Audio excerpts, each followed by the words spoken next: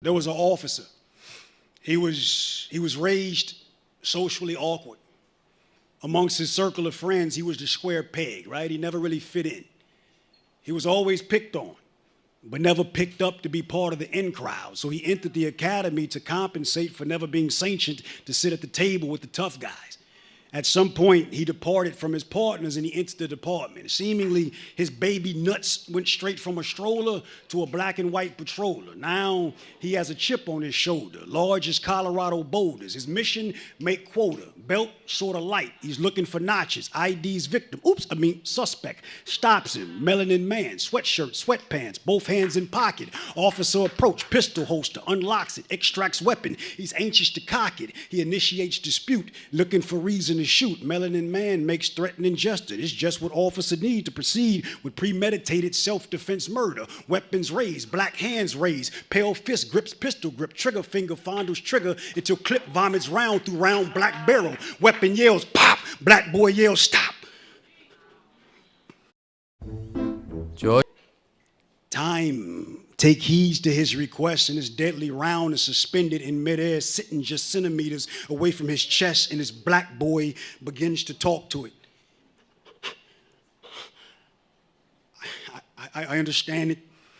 You don't know any better than that you're just doing your job, but you have been dispatched to detach me from my family,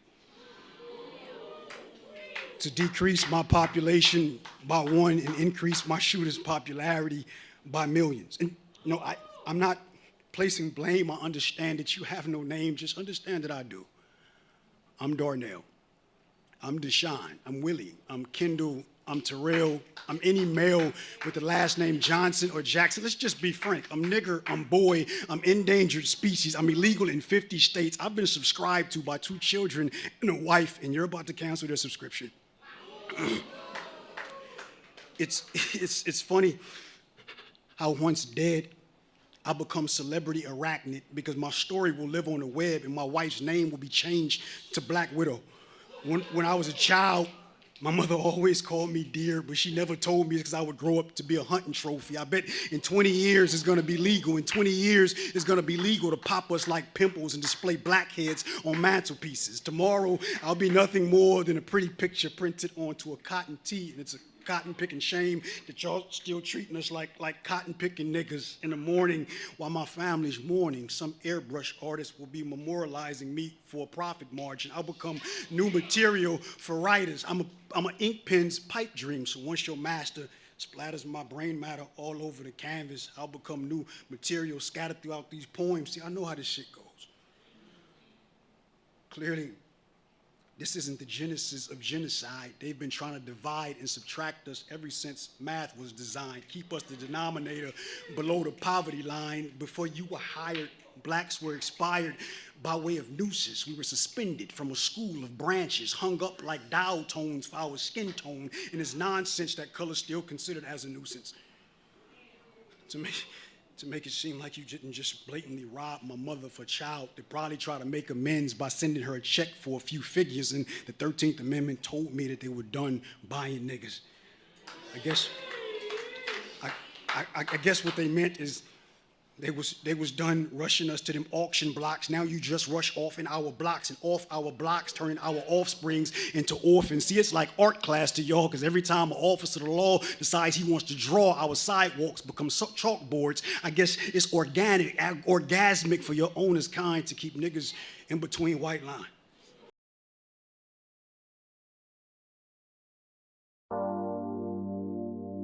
I said black woman. Yes. You got this unexplainable type of power like a phenomenon.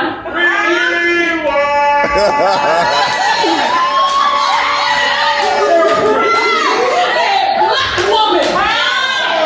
You got this unexplainable type of power like a phenomenon. And you ain't got to wonder where the magic come from. We got one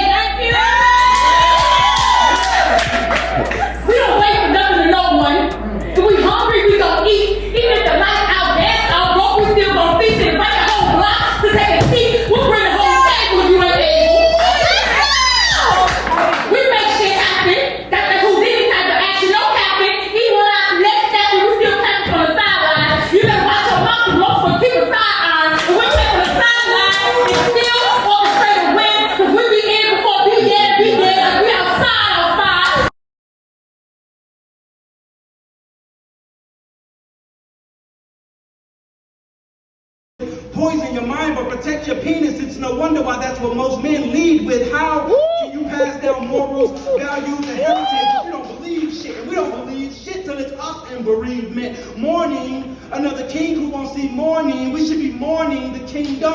Caskets drop. Baselines of the ghettos like beatbox, spinning the vinyl like police lights surrounding our shadows. Even our shadows ain't free. Freedom caused by the same as poverty and pig feeding Hennessy, and we get all our basic necessities we need in the penitentiary.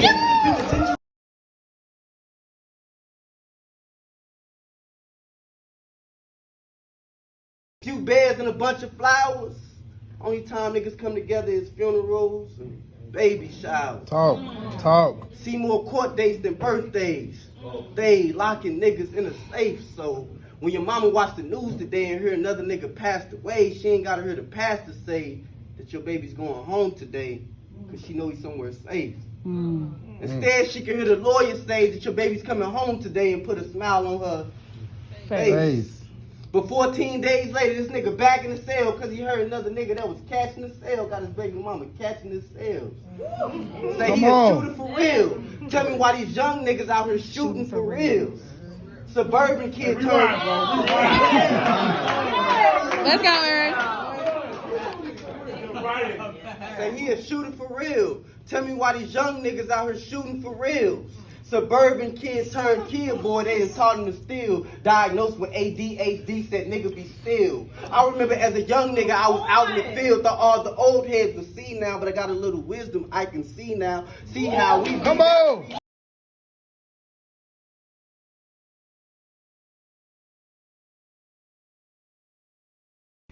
Black boy, be tough. Black boy, be a diamond. Because we are pressuring you. Now pick three. Prison casket or nothing. It's depressing.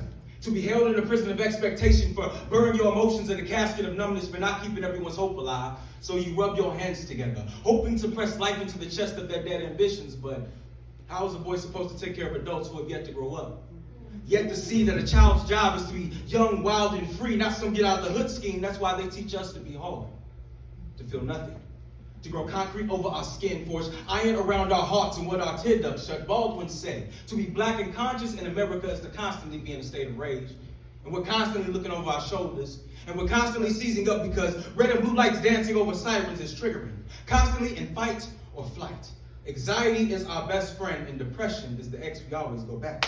So I fight. Because running is for the weak.